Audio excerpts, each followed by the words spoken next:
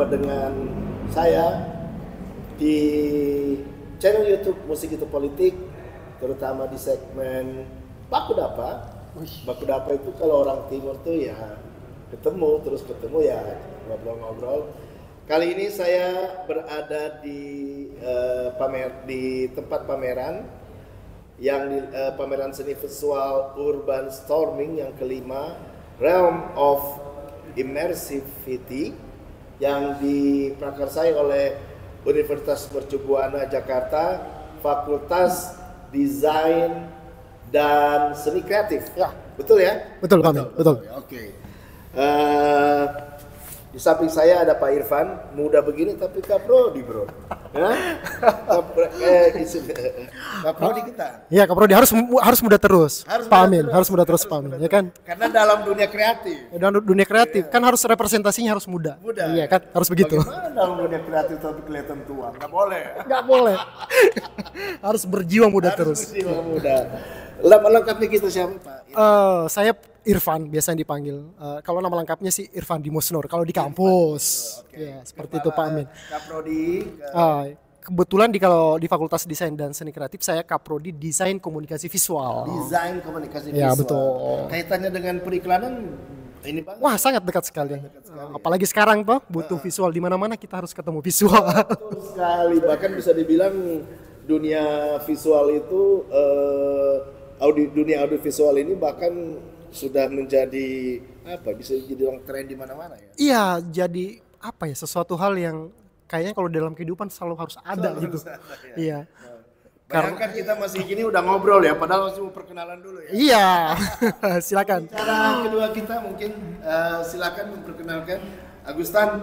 Oke, nama saya Agustan, biasa dipanggil Agu. Agu. Ya. Seperti orang dari Bugis ini, Agu. Lah. Ya benar. Lah Agu. Kalau orang Bugis biasanya panggil Yagu. Terus? Ya, di sini saya sebagai PIC pameran ini sekaligus sebagai seniman juga dan dosen juga di Universitas Mercubuana. Dosen gondrong begini, bro. Gak dilarang sama mahasiswa. Kadang dikomentari. Gak apa-apa dosen gondrong sekarang ya. Kadang membaur dengan mahasiswa, kadang juga dikiranya sebagai mahasiswa juga. Don't judge the book by the cover. Walaupun dia gondrong tapi ternyata dosen. Begitu dong. Silakan Pak Agung. Halo, nama saya Agung Tato, saya dari Surabaya. Bonek, tapi yang bonek soleha. Bonek yang soleha, bukan bonek yang rusak. Bukan bonek yang rusak, bonek yang soleha lah. Patuh dan santun. Soft ya? Soft. Aliran garis keras bukan? Bukan, itu bonek-bonek lama. Bonek baru. Sudah newcomer lah. Agung di sini sebagai peserta atau? Saya sebagai peserta seniman, kebetulan juga dosen di Surabaya gitu. Di STKW, Sekolah Tinggi Kesenian Wilwatikta. Mungkin Wilwatikta itu agak aneh di telinga. Itu sebetulnya nama lama dari Mojopahit. Jadi Wilwatikta. Ketika masih di Tuban namanya Wilwatikta. Pindah menjadi Majapahit. Gitu. Nama lain dari Majapahit itu Wilwatikta dulu. Terus kemudian berubah menjadi Majapahit dan kemudian berubah menjadi mitos bahwa Maja itu pahit. Padahal buah maja itu ada yang manis. Gitu. Ya, terima kasih. Latar belakangnya tadi kan ini dosen. Ya. Tadi dosen juga. Maksudnya latar belakang pendidikannya? Latar belakang pendidikan sebelum masuk ke kesenian saya dulu sempat kuliah di arsitektur dan lulus. Kemudian saya tergugah pada waktu itu tahun 95 itu ada wacana dekonstruksi. Saya keganggu ketika bentuk arsitektur itu hanya begini-begini saja gitu loh. Seperti plan to section itu denah kemudian diangkat, jadi nggak ada plastisitas. Kemudian saya mendalami bentuk 3 dimensi di patung di seni patung di STKW gitu. Tapi di STKW itu tidak dibolehkan mengambil satu jenis seni, harus semuanya. Ada seni lukis, ada seni grafis, sebab keasikan di situ, kemudian tenggelam di situ, nggak bisa mentas. Jadi arsitekturnya apakah nggak dipakai? Tetap dipakai. Saya konsep dekonstruksi itu kemudian saya aplikasikan di seni gitu loh. Dan ilmu arsitektur itu kemudian saya aplikasikan di seni. Begitu. Jadi latar belakangnya dalam pameran ini ya. Ya. Oke. Baik, kita ini podcast dengan apa adanya. Jadi cuman punya 2 mic, mic-nya bisa berganti-ganti. Nggak penting cuma 2 mic-nya, tetapi yang penting adalah pesan-pesan dari sini tersampaikan ke pembaca buku Musik Itu Politik atau subscriber channel YouTube Musik Itu Politik. Kita mulai. Pak Irfan. Ini kan yang kelima kali pameran ini. Boleh enggak dicerita, nggak usah sejarahnya panjang-panjang, tetapi perjalanan setelah yang kelima ini. Oke, mungkin cerita awal dulu nih Pak Amin. Saya sebenarnya mention kata-kata Pak Amin tadi. Itu baku dapa itu. Baku dapa? Iya, itu sebenarnya baku dapa tadi kan pengertiannya saling ketemu. Saling gitu ketemu, ya. betul. Nah ini sebenarnya cikal bakal munculnya nama urban storming itu. Jadi kita apalagi di Jakarta, ya kan? Kita kan dari daerah yang berbeda-beda gitu ya. Nah ketemu di dalam, jadi dosen lah, ketemu dalam satu wadah di Mercu Buana istilahnya. Nah di sana kita ketemu dengan warna-warna yang lain gitu kan, dari bawa budaya masing-masing gitu ya. Ada dari Sulawesi, ada dari Jogja, berkumpul dalam satu wadah. Saya melihat pendidikan itu satu space yang mengumpulkan berbagai warna dari latar belakang budaya, kemudian pemikiran. Nah muncullah ide untuk membuat satu pameran desain yang sifatnya wacananya urban storming, urban, di mana kita ketemu dalam satu space Mercu Buana itu dari latar belakang yang berbeda-beda, kemudian pemikiran yang berbeda-beda menjadi satu, dan kita wadahi dalam bentuk pameran karya seni. Itu sih sebenarnya awalnya. Nah akhirnya di urban storming yang pertama itu ya kita pameran pertama dengan mengusung konsep drawing tuh yang pertama biasanya. Ya drawing. Nah sampai saat ini ya urban storming yang kelima ini sudah masuk ke ranah digital ya. Sekarang kan eranya digital gitu ya. Walaupun mungkin kelihatannya nggak terlalu detail, tapi ada beberapa karya-karya yang digital. Sebenarnya kita ingin menjelaskan bahwa bagaimana posisi kita sekarang ini, para kreator nih, melihat digital dan yang fisik gitu ya. Nah posisi kita di mana sebagai human gitu ya, melihat itu. Karena kerja tangan dan kerja digital kan sudah mulai bergeser. Nah itu yang kita mulai ekspor di pameran kali ini. Itu sih Pak Amin. Jadi memang sepertinya urban storming itu kan mengingatkan saya pada kata brainstorming. Iya brainstorming itu tadi. Kaitannya dengan baku dapat tadi benar juga ya. Iya. Jadi semacam melting pot dari beberapa ideologi. Iya. Pertarungan makna di sana. Kita bawa masing-masing ketemu dalam space akademik namanya kampus gitu ya. Ya pasti tidak cuma di Mercu Buana, pasti kampus-kampus lain juga pasti di sana berbagai macam dosen yang latar belakangnya pasti beda-beda. Ketemu dalam satu titik poin. Brainstorming di sana, nah mengeluarkan satu ide. Nah itulah yang disebut sebagai urban storming menurut kita. Tapi penekanan digital ini memang sebelumnya itu misalnya yang di episode keempat atau ketiga ini kan digital. Ya. Apakah sebelumnya itu temanya apa? Ya. Buatannya di mana? Kalau yang pertama sih manual sekali, ya kita drawing ya. Nah kedua itu masih kita usung yang sifatnya fisik, pameran di galeri. Nah ketiga keempat itu kita mulai full digital karena masa itu pandemik kalau nggak salah. Ya, nah ini kan kita ketahui bahwa memang tidak bisa ini. Pandemik salah satu fase di mana orang kemudian dipaksa untuk masuk ke digital gitu. Nah di situ kita full pameran online pakai VR pada saat itu. Kita virtual reality. Dan itu siapa yang nanti mau menjelaskan NFT ini?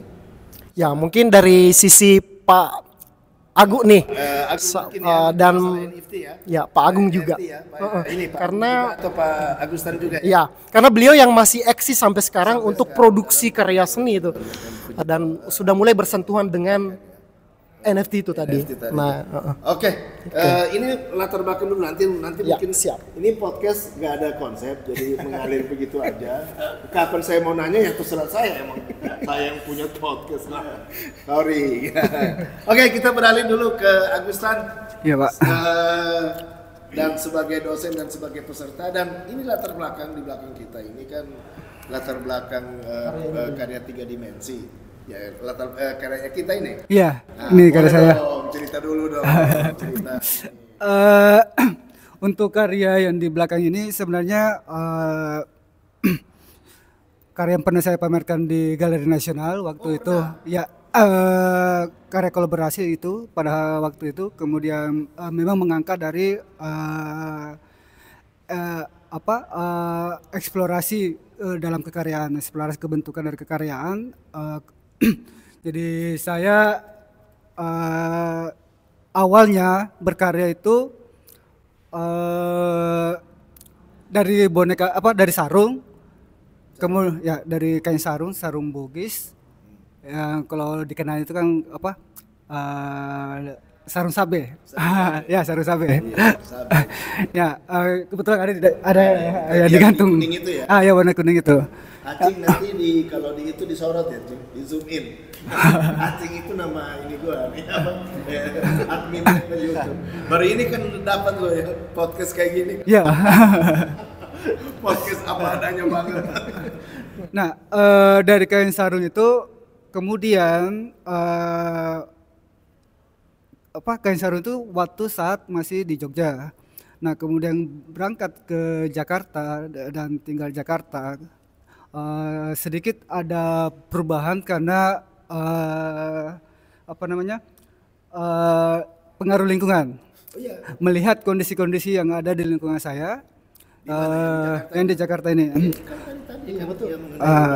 Akhirnya explore lah karya ini karena saya menganggap bahwa di Jakarta itu rasanya seperti kadang kita sebagai boneka. Jadi saya mempertanyakan sebenarnya kapan kita sebagai manusia dan kapan kita sebagai kapan kita sebagai boneka. Jadi boneka. Iya.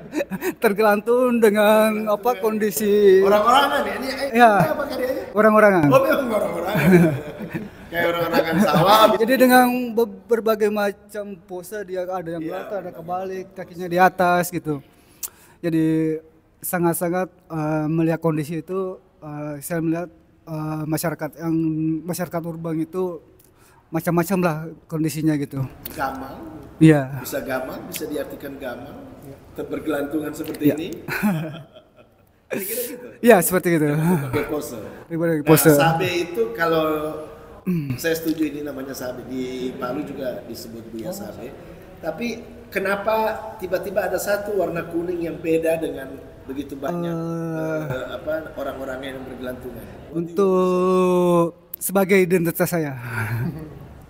Jadi dalam kegagaman Saya berada di dalamnya. itu, tapi kenapa masih bisa menjadi warna kuning tersendiri? Ya, karena memang kalau saya balik dari pertama mengangkat tentang sarung itu berangkat dari sarung warna kuning. Iya, kuning. Ya, itu yang paling saya rasa paling mewakili saya. Kenapa? Kuning itu Warna partai tertentu. bukan. Bukan. Kalau di Bugis kan percaya sulapapa ya.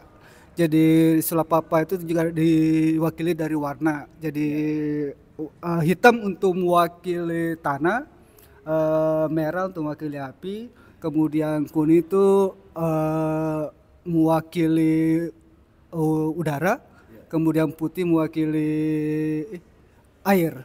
Nah, kebetulan artinya saya anak keempat jadi mewakili api itu.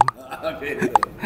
Jadi pokoknya ini adalah persoalan tetap menjaga identitas, Ya. tetap menjaga kekukuhan arti hidup di tengah gamangnya orang bergelantungan di mana-mana. Kira-kira gitu ya? Ya, seperti Nggak ada itu. hubungannya dengan warna-warna apa? Bukan dari warna-warna bendera-bendera tertentu. Nanti saya balik ke Agustan nanti, tetapi udah bicara yang akademik ya, karena kan Anda juga sebagai dosen. Kita temui dulu Mas Agung sebagai Ya. salah satu peserta pameran ini. Ya. Dalam pameran ini Apa yang ditampilkan, Mas? Sebelum bicara ke situ, saya kok interest dengan mengomentari baku dapa ya. Sebuah pertemuan. Saya ngomong di kasusnya banyak gitu loh. Di tempat saya di Surabaya itu sekolah khusus fine art. Wah, itu ideologinya kuat sekali, apalagi Macam-macam maksudnya. fine art itu seni murni. Ya, Ideologinya macam-macam. keras. Menolak Menolak apa? applied art, menolak ekonomi kreatif, sangat menolak. Orang bias Kemudian saya acak-acak itu, kita menghadapi orang-orang yang ideologis ini, mereka saya hadapkan pada keadaan realitas sekarang. Ada dunia digital, ada toys art. Kemudian saya beri contoh kenapa seni rupa itu dipecah-pecah menjadi fine art dan applied art. Padahal awalnya seni rupa itu adalah satu, dunia primitif, manusia gua, ketika upacara atau penyembuhan atau ketika melukiskan dinding itu ada seni musik di situ. Saman atau para dukun itu ketika mengadakan upacara ada seni musik di situ, ada teater di situ, kemudian ada tari di situ, kemudian ada seni rupa di situ. Itu awalnya, kemudian menjadi ada seni adiluhung. Wah, ini sejarah ya. Dan itu bisa-bisa, tapi kemudian sempat dipertemukan menjadi Bauhaus. Itu menyatukan semuanya, kemudian kok dipisah lagi. Saya background saya arsitek, itu applied sekali gitu, tidak masuk dalam fine art. Nah, kesadaran ini kemudian saya berhadapan dengan ego-ego yang kuat gitu. Kemudian saya coba menyatukan semuanya. Nah, penyatuan ini, jadi sekarang melukis ketika si mahasiswa itu tidak tahan dengan bau cat atau minyaknya, silahkan pakai tab, silahkan pakai digital. Kemudian apa untuk dipamerkan? Print di kanvas. Udah, fine art. Awalnya memang ditentang, nggak ada kreatifnya, nggak ada ininya. Tunggu dulu, kreatif itu apa? Kita parodi itu cukup mencuplik karya orang lain, kita beri tanda, rubah satu titik aja, sudah kreatif. Mulai pertentangan ini mulai membuka ya. Dan ini adalah respon saya pada titik temu ini. Saya mempertemukan itu semua yang saya hadapi. Kemudian kita mulai menerima namanya ekonomi kreatif. Kita mulai menyatukan pada desain gitu. Bro, sis, ini awalnya kita mau podcast pameran. Ini jadi podcast konseptual. Ada politiknya juga. bukan pameran tapi konseptual. Tapi memang ada hubungannya sih. Ya, seni itu politik. Ada politiknya juga, harus gubah. Aduh, terlalu berat ini. tapi ini aja, keterlibatan dalam pameran ini bagaimana? Oke, saya kira banyak karya yang beragam. Ada yang menggunakan sebetulnya kalau melukis itu kan wilayahnya laki-laki, sebab medium kanvas meskipun dia tidak punya gender, tapi kalau medium kanvas itu laki-laki mestinya. Tapi ketika ada yang menggunakan benang atau sulaman, itu medium perempuan. Itu memang perbedaan medium itu memang ada, tapi di sini lebih beragam dan lebih bisa digali gitu loh. Oke. Jadi karya yang dimainkan dipamerkan di sini karyanya apa? Saya adalah lukis. Lukis. Apa yang konsep yang ditawarkan? Apakah metode penciptaan atau apakah ada yang ingin disampaikan dari karya yang ditampilkan di pameran? Baik, saya menampilkan sebuah pernyataan atau gugatan. Kenapa seniman itu tidak bisa berpredikat sebagai pahlawan gitu loh. Oke, ini menarik. Gitu. Jadi pahlawan bukan hanya milik Pejuang kemerdekaan, tapi seniman itu berjuang di sepak bola juga bisa jadi pahlawan. bisa. Itu mengharumkan nama gitu loh. Jadi di kebudayaan itu mestinya bisa kok. Kita bersaing dengan luar ya. Bisa mestinya. Jadi seniman itu sebenarnya pahlawan juga ya. Iya. Raden Saleh. Betul. Gitu ya. Oke. Oke, nanti kita round kedua nanti akan ketemu dengan Mas Agung lagi. Kita balik dulu ke Mas Irfan. Ini tadi udah sangat ideologis. Mas Agung tidak bisa mencegah dirinya untuk fokus pada pameran. Akhirnya dia bercerita tentang pertentangan ideologi, pertentangan makna dalam seni rupa. Itu tidak dibahas di podcast itu. Itu adalah pilihan masing-masing. Mau applied art, mau pure art, itu terserah pilihan masing-masing. Kita yang praktis-praktis saja dulu. Sebagai Kaprodi, bagaimana keadaan mahasiswa saat ini, terus kemudian bagaimana melihat prospek ke depan desain komunikasi visual? Wah, desain komunikasi visual. Ini gimana ya, sudah diprotes tadi sama sebagai antek-antek applied art gitu ya. Iya. Antek-antek kapitalis. Ya. Mungkin bisa ini tadi ditutup. Apa ini Iya. podcast. Apa ya, kita tidak bisa pungkiri juga ya, ada ranah ideologis, ada ranah praktis ya. Ya, DKV ya salah satu mungkin satu space yang saya kira satu space yang ranah praktis. Bagaimana seni itu bisa kemudian berfungsi di masyarakat kan gitu ya sebenarnya.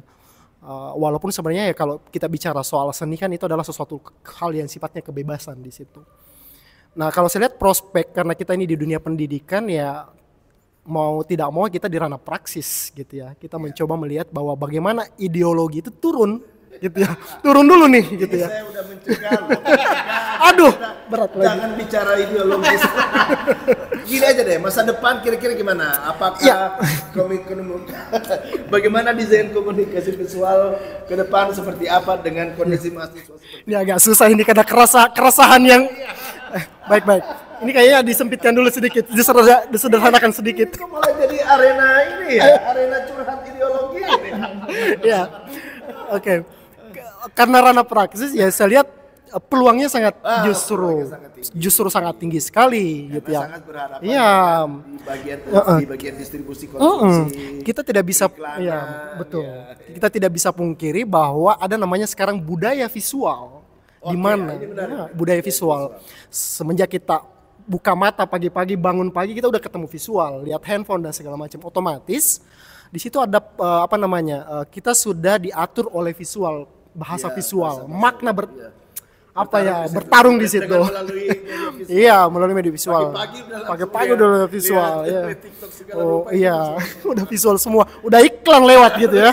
Nah, artinya kita disuguhkan dengan itu. Saya kira ranah pendidikan di sini melihat kalau saya karena di DKV gitu, itu ada suatu hal peluang yang paling penting. Bisa ya kalau di hubungannya dengan kementerian nih gitu ya. Ya saya kira lapangan pekerjaan yang akan terbuka lebar gitu ya, karena segala lini sekarang butuh visual itu untuk mempromosikan sesuatu, memperkenalkan sesuatu. Nah sekarang visual yang berfungsi sangat sangat masif gitu ya. Itu sih mungkin kalau dari saya. Pak Amin. Guys, saya dapat hadiah dari Agustan, sebuah lukisan, kalau masih sempat diambil kita bisa perlihatkan di sini yang itu tadi yang lukisan tadi yang dikasih sama Pak Agustan. Ini menarik buat saya karena Agustan Ya.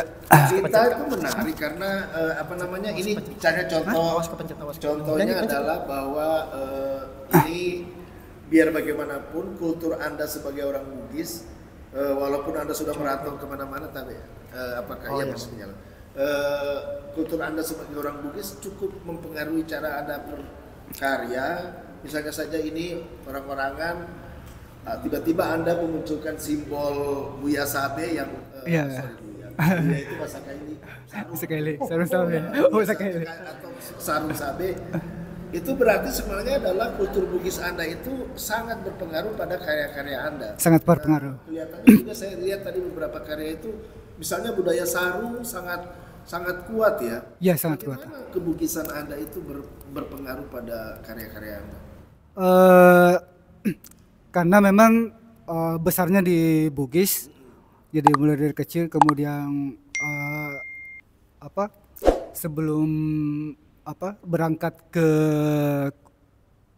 merantau gitu ya. Sebelum merantau itu memang orang tua selalu membekali Menjaga identitas. ya, menjaga identitas itu. Kemudian memang tiap bulan itu selalu bawa sarung gitu. Sangat dekat sekali ya dengan Tapi saya tidak pernah membeli sarung, Pak. dikasih terus. Ambilnya dari rumah di kampung. Oh, oke. Ya, seperti itu. Nah, Jadi oke.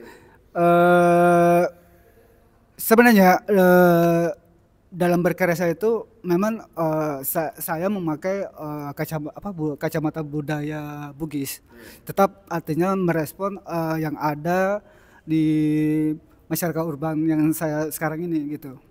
Jadi sebenarnya dari tahu-tahu itu orang-orang itu sebenarnya dari tahu-tahu, Pak. Jadi kalau di Bugis kan tahu. Ketika Jatuh, Ya. kalau di Palu toh, Ya. padahal sama aja tahu toh sama aja. jadi tahu dalam Bugis itu adalah orang atau manusia, kemudian kalau di Bugis kalau kata diulang menjadi mainan gitu. Jadi dia akan menjadi mainan, makanya tuh Agustan ini aja. Ini Agustan, ini kan karyamu yang kamu kasihkan ke saya ya. Luar biasa ini. Ini cerita tentang ini kan sarungnya ya. ya sarungnya. Sarungnya ini tuh sepertinya orang yang sedang duduk ya. Saya duduk. Tiba-tiba kemudian kepalanya besar, matanya begitu besar. Apa yang ingin Anda? Sebenarnya saya bukan berarti mengikuti pasar ya atau mengikuti yang ini tren-trenan gitu. Cuma di sini namanya pengaruh lingkungan ya. Jadi karena terpengaruh kondisi perkembangan seni yang ada di ibu kota, secara realistis tidak bisa saya pungkiri untuk tentang yang berkarya melawan ini. Perang ideologi di sini. Ini bukan podcast ideologi.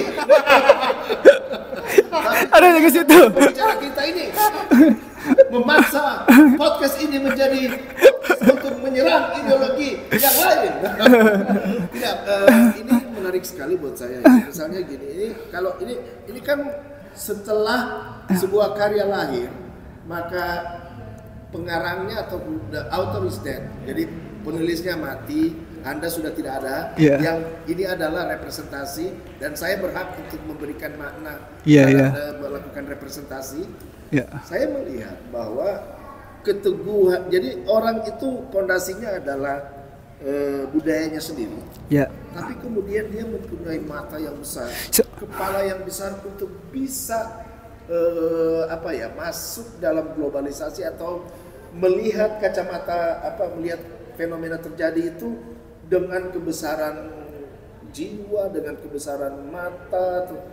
Saya menangkapi seperti itu. Ya. Betul seperti itu. Ya, sebenarnya juga dari segi matanya pun juga saya mengambil dari Bugis sendiri juga. Ya, jadi saya inspirasinya dari tetesan air. Jadi tetesan air itu sebenarnya saya memakai filosofi Bugis bahwa orang Bugis itu kalau orang di Jawa mengatakan bahwa di mana langit dijunjung di situ di mana bumi dipijat di situ langit dijunjung. Kalau dalam Bugis bahwa dia seperti air, di mana air itu selalu mengikuti bentuk wadahnya. Makanya itu untuk matanya pun saya mengambil dari filosofi Bugis juga. Jadi walaupun dengan kekokohan landasan budaya yang dia pakai, dia kemudian bisa beradaptasi dengan keadaan. Ya, karena itu yang saya pakai dalam dimanapun saya, karena berpindah-pindah mulai dari Makassar ke Jogja kemudian ke Jakarta gitu. Nggak tahu nanti kemana lagi. Ya, memang sebuah karya itu kewajiban mempunyai makna yang tidak tunggal. Semua kita bisa memaknai karya itu. Itulah sebabnya kemudian kenapa kebudayaan itu kadang dinamakan juga adalah perang makna. Perang makna. Berbeda-beda. Tolong jangan lagi dilanjutkan. Kita fokus saja pada pameran. Jangan nanti netizen di bawah sana itu apa namanya komentarnya banyak banget. Langsung dikontroversi. Oke, terima kasih. Saya udah dikasih. Ini judulnya apa? Masih orang-orang series. Apa? Orang-orang series. Orang-orang series ya. Dan ini individu dan untuk saya memaknainya adalah bahwa keteguhan orang Bugis. Saya juga ada Bugisnya. Jadi keteguhan orang Bugis, kekokohan budayanya itu kemudian harus diimbangi dengan kebajikan dalam melihat fenomena alam yang senantiasa berubah dan pandai-pandai dalam beradaptasi. Kira-kira begitu. Terima kasih. Kita kembali Harus menyesuaikan. Catatan tolong jangan lagi. Diredam. Jangan lagi.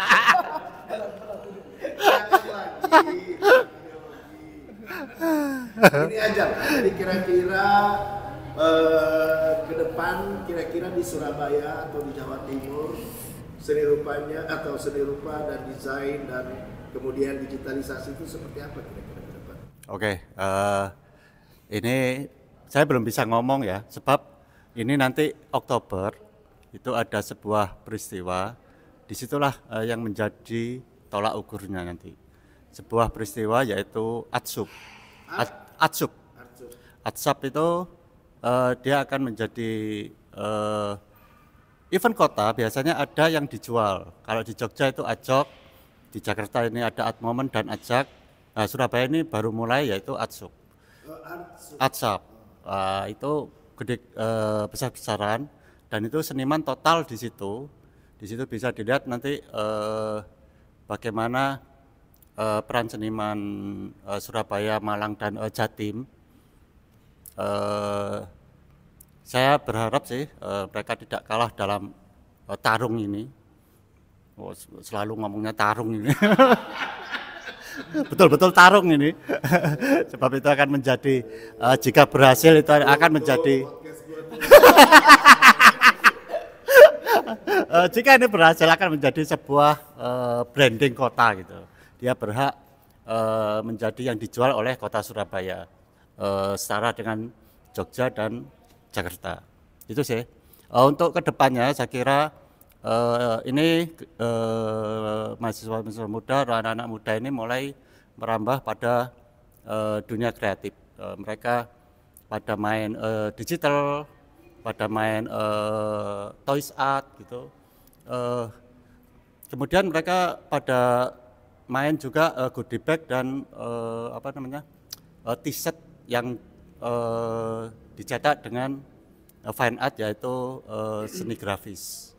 Jadi kita mencoba untuk memasuki itu. Jadi saya harap fine art itu dan applied art itu menjadi satu, yaitu visual art. Oke, saya tidak akan buka round ketiga karena saya mencegah ada podcast saya jangan ditutup. Masih ada podcast yang lain. Tapi sebagai penutup, saya minta izin untuk menutup podcast ini. Tapi sebagai penutup, saya melihat justru ketiga pembicara ini sangat tertarik dengan nama podcast ini yaitu Bakudapa. Ya. Jadi Irfan bicara ketika dia mengartikan Bakudapa dengan sebuah urban storming, sangat erat kaitannya dengan Bakudapa, di mana kemudian semua konsep ada dalam sebuah kampus, institusi kampus. Sementara Agustan dia melihat Bakudapanya itu adalah ketika dia sebagai seorang perupa Bugis itu Bakudapa berjumpa dengan lingkungan-lingkungannya yang baru. Ini makna kedua Bakudapa. Kemudian loh tiba-tiba Mas Agung juga Bakudapa, dia melihat ya mau diapain lagi, saya harus bilang Bakudapa adalah pertarungan ideologi. Bakudapa adalah pertarungan ideologi. Di misalnya yang kiri maupun kanan, yang atas maupun bawah, dan kemudian dia justru berharap bahwa di Surabaya itu Bakudapanya itu adalah Bakudapa seni rupa murni dengan Bakudapa seni rupa terapan bertemu di seni visual. Sampai Bakudapa dengan saya Amin Abdullah bersama 3 narasumber ini di channel YouTube Musik Itu Politik. Terima kasih.